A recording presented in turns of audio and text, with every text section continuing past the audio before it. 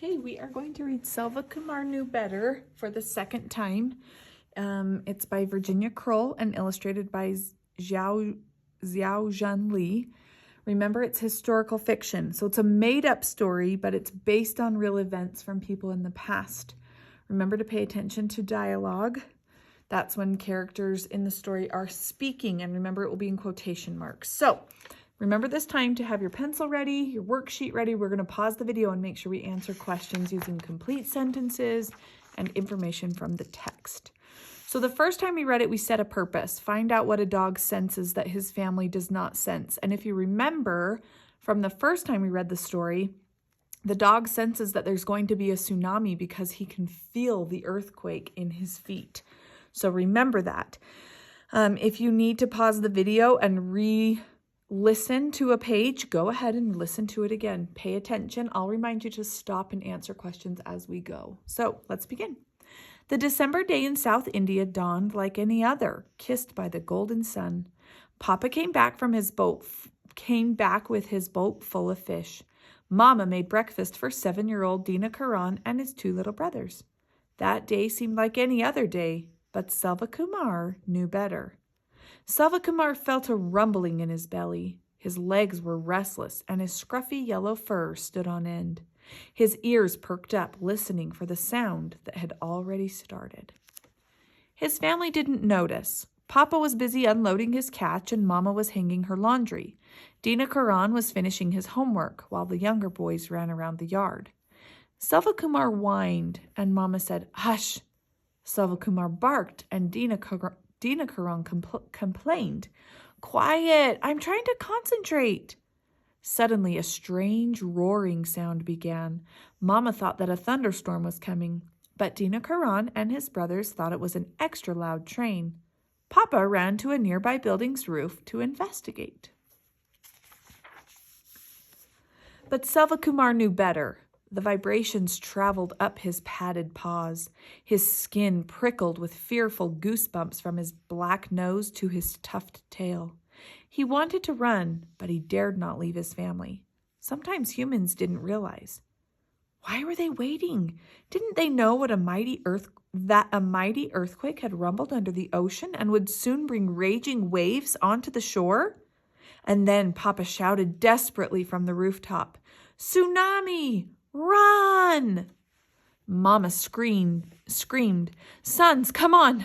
She grabbed a little one under each arm. "Dina Karan, run! You're swift and strong. Follow me up the hill, fast!" But the roar had gotten louder, cutting off her words. All that Dina Karan had heard was "run," and he ran back to his family's house close to the shore where he thought he would be safe. But Selvakumar knew better. He barked and howled, but the sound of the approaching waves drowned out his voice too. So get ready. We're going to pause the video. Let's answer the first question. We're going to form a generalization. So, based on the text and what you know, what can you say about Selvakumar? What kind of a dog is he? So your answer might sound something like, based on the text and what I know about dogs, Selvakumar is, and then answer the question, and then tell me what kind of dog is he. Selvakumar is what? Answer the question, and then we'll go to question number 2. Okay, question number 2 is cause and effect. Why does Dina Karan run home instead of up the hill? Something happened, right? Cause and effect. Something happened that made Dina Karan run home instead of up the hill. What was that? Pause the video and answer question number 2. Okay, on this page, we made a prediction the first time we read. What will Selvakumar do to help Dina Karan? We made a prediction, so think about what your prediction was. Selvakumar nipped at Dina Karan's heels, but the boy wouldn't budge. "Go!" Dina Karan shooed the dog away, but Selvakumar knew better and would not give up. He grabbed Dina Karan's shirt in his teeth. He pulled and tugged until his teeth hurt. With all his strength, he dragged Dina Karan back outside and bumped him from behind. Finally, the boy understood. Selvakumar ran toward the hill, looking back to make sure Dina Karan was following. They raced uphill as the enormous wall of water chased them. The tsunami roared louder than 5 thunderstorms and 10 trains put together. Selvakumar and Dinakaran didn't stop running until they reached the upper road. Their sides ached and their breaths felt like hot coals burning in their chests. Dinakaran wanted to stop, but Selvakumar knew better. He nudged Dinakaran's hand, and together they continued higher up the hill. Finally, they turned and looked down toward the shore. They both blinked their eyes in disbelief. The wave had swallowed everything. It had snapped trees as if they were brittle little sticks. It had collapsed all the houses flat as if they'd been birds' nests. So we're going to answer 2 more questions. Confirm prediction. Did you predict what Selvakumar would do? Explain. So remember back here, what will Selvakumar do to help Dinakaran? You made a prediction the first time we read it.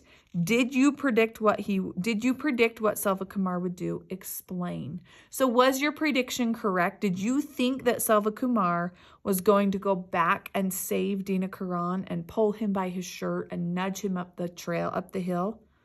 Explain. Okay, and then the next question is making an inference. Remember, an inference is background knowledge plus what you read in the text. So why do you think Dinakaran was in disbelief when he looked at his village down below? So it says right here, they turned and looked down toward the shore. They both blinked their eyes in disbelief.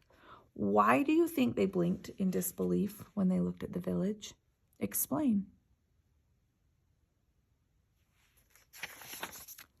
Okay, you made a prediction the first time. What will happen next to Selvakumar and Dinakaran? Let's find out. In the distance, Selvakumar and Dinakaran heard Mama's voice. "Dinakaran," she wailed over and over. "My firstborn son is lost." They walked toward the sound and found her rocking back and forth as her younger sons sobbed beside her. Selvakumar yipped and bounded toward her, and Mama's head snapped up. She swiped her tears and stared at Dinakaran. "My precious son, you're alive," she whispered. Dinakaran rushed into her arms and she covered him in grateful kisses. I went to the house, Mama. I thought I'd be safe, but Selvakumar knew better," he sputtered as his tears mixed with Mama's. He told her about what the dog had done. Mama let go of Dinakaran and hugged Selvakumar hard. Selvakumar greeted the smaller boys with face licks. Papa joined them after the tsunami disappeared, and when he heard the story, he sobbed into Selvakumar's fur too. Then they were all a mother, father, brothers, dog, thankful heap of hugging. Later, the other survivors of the village gathered in a temporary shelter. They heard about many, many lives that had been lost. As Dinakaran and Selvakumar rested, they heard the grown-ups talking. "We'll never recover," moaned one man. "We've lost absolutely everything," someone else said. But Selvakumar felt the regular rhythm of Dinakaran's chest rising and falling under his chin. Then he heard Dinakaran's little brothers nearby. He smelled the familiar scents of Mama and Papa. And Selvakumar knew better. So we have to answer 2 more questions. Confirm your prediction. What happened to the characters? Was your prediction correct? So remember back here we said what will happen next.